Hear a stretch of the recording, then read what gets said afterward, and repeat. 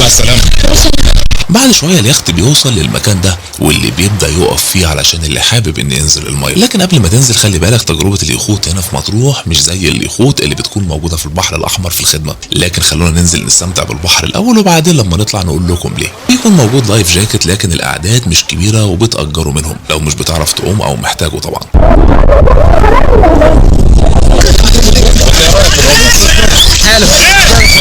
هو الطيار بيقلب بينا مرة شمال ومرة يمين.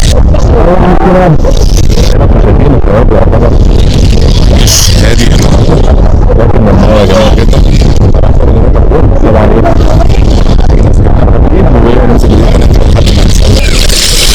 تعالى الحمد لله على السلامة.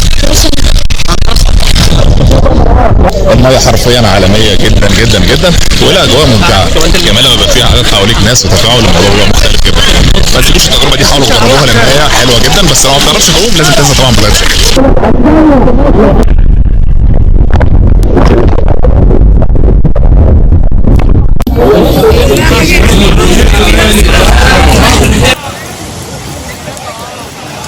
اخيرا طلعنا من الميه، الجو تحت عالمي عالمي جدا. كل يخت زي ما انتم شايفين بيقف في مكان بعيد شويه عن اللي جنبه، تقدر تنزل وبتستمتع بالميه بقى. اختص عايز تقعد بس مجرد انك تستمتع بالميه تعوم شويه براحتك. هنا طبعا ما فيش شعاب مرجانيه، كل اللي انت بتعمله انك بتستمتع بس بالميه الفيروزيه الرائعه ديت اللي بتعتبر انقى ميه ممكن تنزل تعوم فيها موجوده في مصر. لكن خلي بالك حاول يكون معاك ميه عذبه تكون انت مليها في ازاز علشان تستحمى بيها، لان هنا للاسف الخدمه مش متكامله او هي حاجه كده طبعا على قد السعر بتاعها. احنا بنتكلم عن رحله عامله 120 جنيه للفرد، فهات معاك الميه بتاعتك علشان لما تطلع تقدر ان انت تستحمى بميه عذبه مش ميه مالحه تفضل في الجسم تضايقك، تقدر تكمل الرحله بتاعتك او باقي اليوم وانت مستمتع. الطيار بيكون شديد شويه، هم بيبقى عندهم لايف جاكيت. السنه اللي فاتت المفترض ان هو كان مجاني، السنه دي كلهم بيتكلموا ان الايجار بتاعه 30 جنيه او 20 جنيه حاجه زي كده. بس لو ما بتعرفش تعوم حاول ان انت تنزل بيه او ما تنزلش من غيره. يعني احلى حاجه اثناء التوقف ان هو بيوقف الاغاني. انا بالنسبه لي بحس ان هي دوشه، مش بتكلم طبعا هي حرام ولا حلال، بس بتكلم ان هي دوشه، ان هي بتبقى للاسف طول الرحله وانت رايح وانت راجع. في ناس طبعا حابه انها تسمع الاغاني، بس انا بالنسبه لي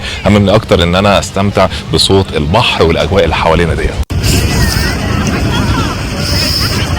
المفترض احنا حاليا قدام شواطئ الهنا او مبارك سابقا يعني، ومجموعه الشواطئ اللي هي بتكون ناحيه شارع اسكندريه. اما هنا كده فبنتكلم عن شواطئ العوام والبوسيت وغيرها من الشواطئ اللي ان شاء الله استنوا حلقه ثانيه كامله هنلف فيها تاني شواطئ مطروح، والمره دي هنحاول نروح شواطئ جديده باذن الله.